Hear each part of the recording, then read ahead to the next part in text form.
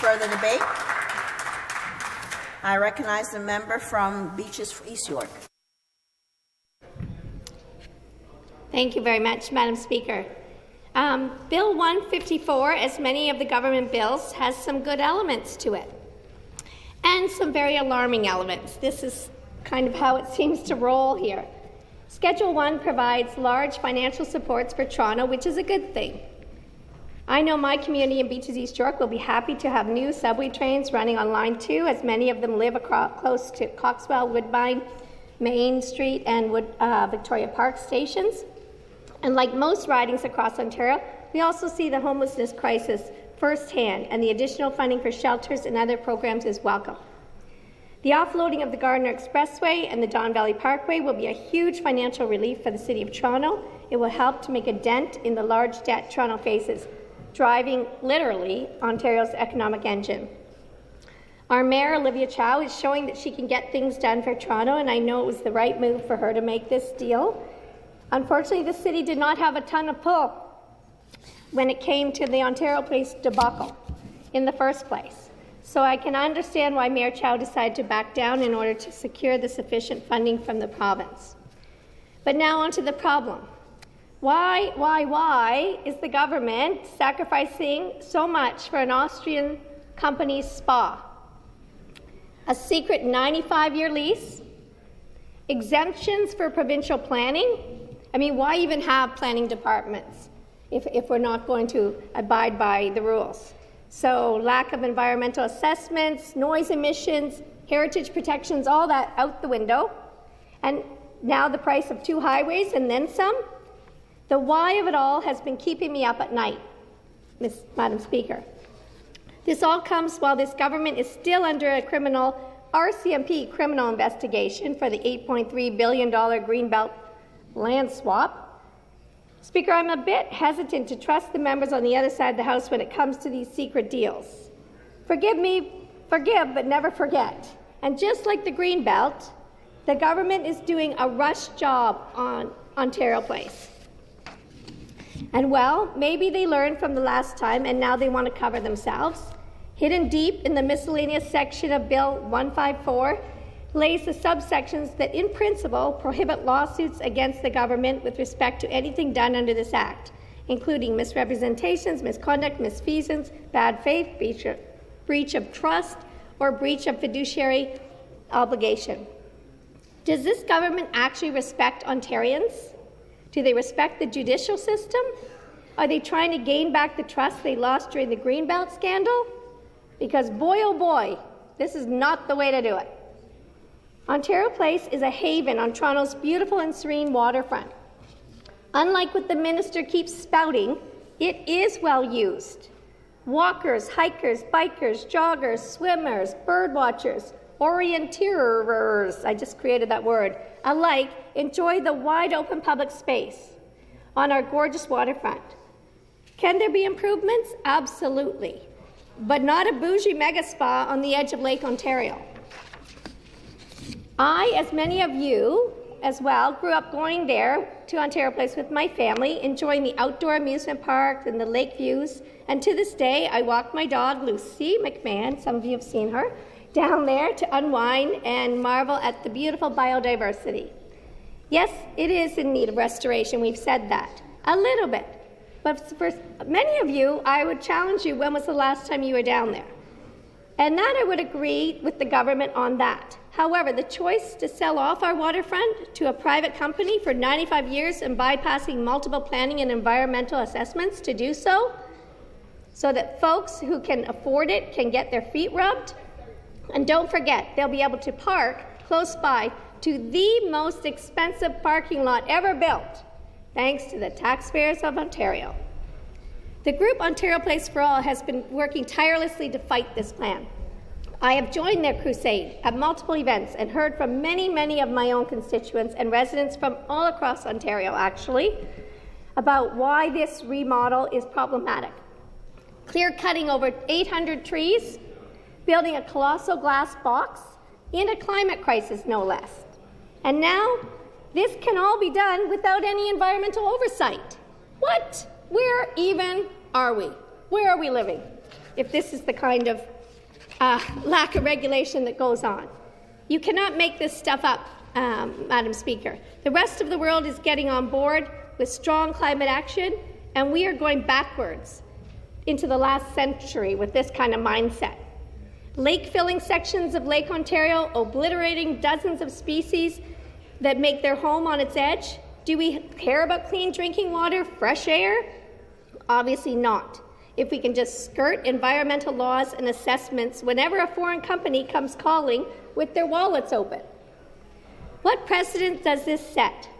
Environmental protections can be avoided whenever the government so pleases? It brings me back to about a year ago when they used the notwithstanding clause. The members on the opposite side of the House must believe that the rules don't apply to them.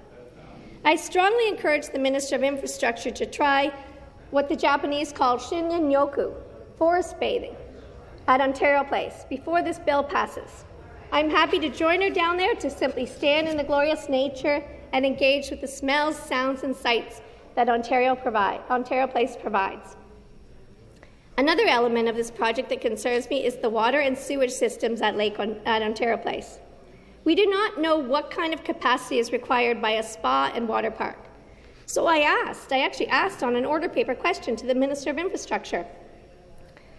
It read, would the Minister of Infrastructure please disclose if the City of Toronto or Ontario tax dollars will be used for the upgrading pumping stations, wastewater and sewage systems that will be required to service the thermal spa facilities being built at Ontario Place?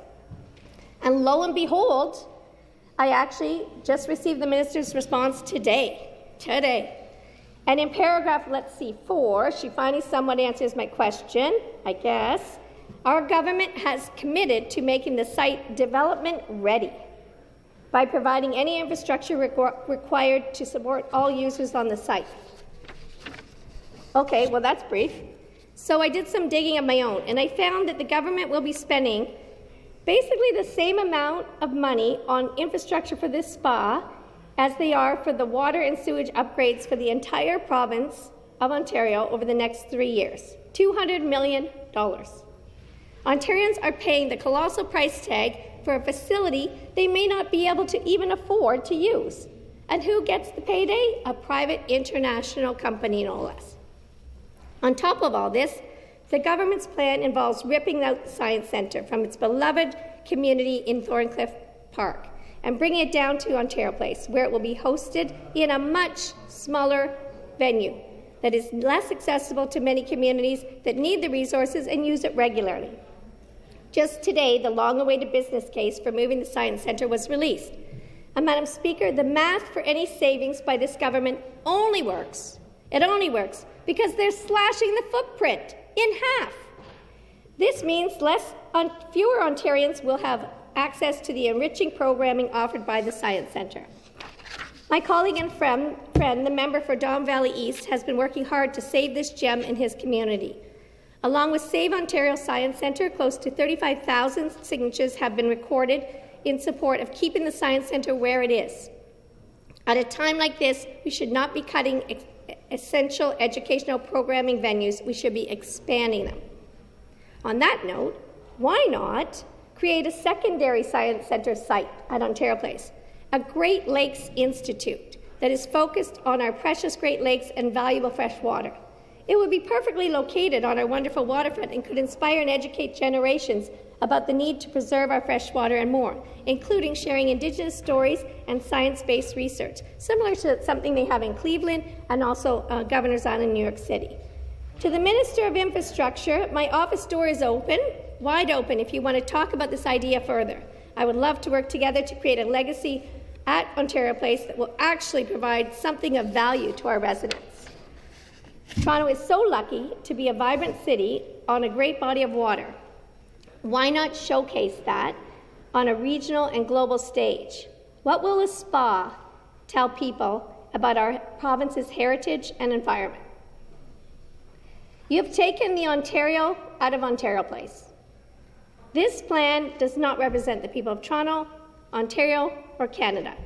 It's secretive and shady and benefits a wealthy international company. Release the lease and fix this bill. What is the rush? You are not and should not be above the law, environmentally, on a heritage front, noise, or otherwise. Thank you, Madam Speaker. Questions? Thank you, Speaker, and thank the member for her comments.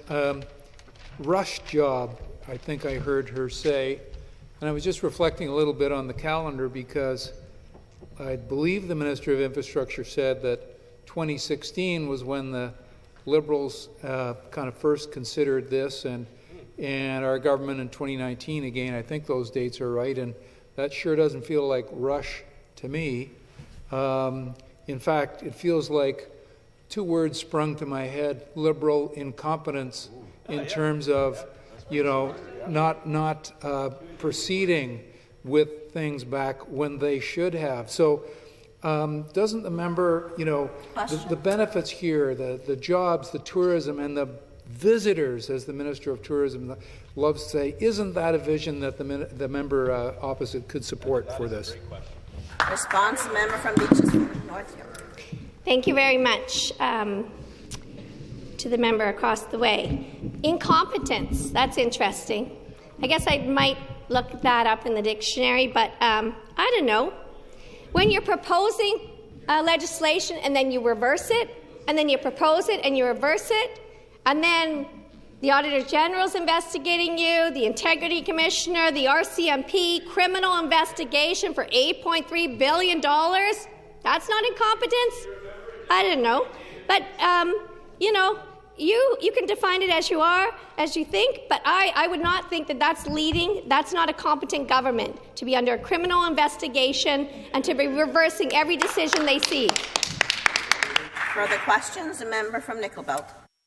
In line with what the member was just talking about, why do you think that a government under the RCMP investigation needs to put a piece of legislation forward that prohibit lawsuit against the government with respect to anything done under misrepresentation, misconduct, misfeasance, bad faith, breach of trust, or breach of fiduciary obligation? Why would any government need a bill that keeps people from bringing the government in front of the law if they may do misrepresentation, misconduct, misfeasance, bad faith, breach of trust, or breach of fiduciary obligation? Response, the member from Beaches East York. Well, thank you very much to the member from Nickelback. Nickel Belt. I always say the band, but it could be, both. That's a great question. It actually, when I read that, I thought I was reading a screenplay for a Netflix show. It's unbelievable that that's in there, but it's in there because this government is getting into all kinds of trouble. Instead of, what are we to be doing? Building housing in a housing crisis. Shovels in the ground, get her done now, instead of wasting a year on reversing every decision that comes forward. And then, I don't know how you hold your face up and walk down the street when you're having all these people investigate you, Auditor General, Integrity Commissioner, etc. Further question? The member from Ottawa-Vanier. Thank you, Madam Speaker, and thank you to the member for his very eloquent presentation, pointing out to some very important elements, namely accountability and transparency and the importance of that for a government when they make decisions. We know that Terma is an Austrian company, and it seems odd to me where we have a government that claims to be about supporting and protecting all Ontarians. So we don't know much about this company, do we? I'd just like to know, does that worry you? Response, the member from Beaches East York. Thank you. Absolutely, it worries me, and I feel that all of us in here should be worried about this. What I would like you to, first of all, we want to see the lease. Release the lease. 95 years is ridiculous to a foreign company, and we don't know who's the parent company. Follow the money, follow the trail. Where normally we would see transparency and we would know who the parent company is. We could follow it through. It would be open. Everyone would know. But with this, we don't know. And this is prime real estate. This is precious property on our lake, and it's including lake filling, Lake Ontario in sections. Ridiculous. Further question, the member from Kitchener-Conestoga. Well, thank you very much, Madam Speaker. And I find it interesting that the Liberals want to kind of, what do they call it, cast stones at glass houses or something along those lines. 17 times carved into the Greenbelt, the Orange Air Ambulance scandal, and to top it off, we've got the gas plant under Dalton McGuinty, where their chief of staff actually went to jail, Madam Speaker. In recent history, it's the only chief of staff I can think of that went to jail for deleting emails, but they don't want to talk about that. I'll tell you what we want to talk about. We want to talk about building Ontario, and we want to talk about building an Ontario place for everyone. And I can remember being a youngster when my father spent a lot of time here in this house. I had the opportunity to get to Ontario Place now and then with my mom, and we had a lot of fun. It was a great place to be. So I want to know why this member will stand up and support a previous Liberal government that did absolutely nothing, let it fall into disrepair and ruins, and then we now, as a Conservative government, want to see it get back to its former glory, why she wants to stand in the way. Response, the member from Beaches East York. It's funny when you mention glass box, because that's exactly what's going in on the waterfront. 13-story glass box, bougie spa, on our waterfront in a climate emergency. How many, energy efficient measures and features will be in that? Not many. Have you been? I wonder when the last time the member said he enjoyed going to Ontario Place as a child, a long time ago. And I'm just wondering when was the last time that member was actually down there to see it. It is still well used by many people. As I mentioned, cyclists, joggers, bird watchers, hikers, walkers, people orienteering. It's still quite lovely. Yes, it needs a little touch-up here and there, but why what other country is giving their waterfront away to a foreign company? Thank you. Further question? The member from Superior North. Thank you. And to the member from Beaches East York, thank you for your comments. You've talked a lot about hiking and biking and bird watching, and it's not that long ago, actually, that I was able to kayak around Ontario Place during a night session. It was spectacular. It was gorgeous. So my question is, given how Ontario Place has always been family-oriented, how do you see this luxury spa fitting into that family-oriented concept? Response, the member from Beaches East York. No, I do not. When you think of the Ontario Place we went to as kids, there was something for everyone. A luxurious, fancy spa is not someplace I would be going with my children. And I'm like, why not preserve what's there and augment what's there? You don't leave the Science Centre where it is. Look at the Great Lakes Institute. I'll give you that idea. You can champion that. There's a good idea for you.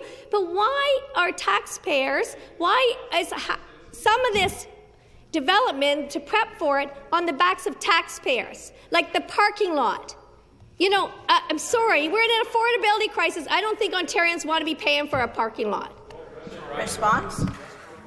Quick question, quick response. Member from Lawrence, Eglinton Lawrence. Thank you very much, Madam Speaker, and thank you, the member from Beaches East York. I went to Ontario Place a lot as a child, and I've been more recently mostly to see concerts at Ontario Place.